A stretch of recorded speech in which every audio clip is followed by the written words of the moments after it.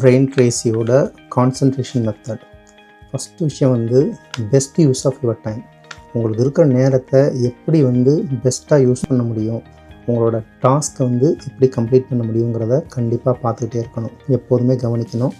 அப்புறம் ஒரு டாஸ்க் நீங்கள் ஆரம்பிக்கிறீங்கன்னா அந்த டாஸ்க்கை கம்ப்ளீட் பண்ணுங்கள்.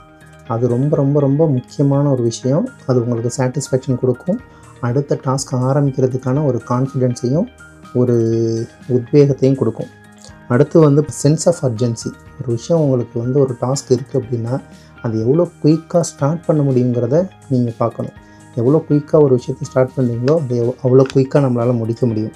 நீங்கள் ஒரு டாஸ்க் ஆரம்பித்து அதை முடிச்சிங்கன்னா அது எதுக்கு ஹெல்ப் பண்ணணுன்னா கீ டு எஃபெக்டிவ்னஸ். உங்களோட எஃபெக்டிவ்னஸ் இம்ப்ரூவ் பண்ணும்.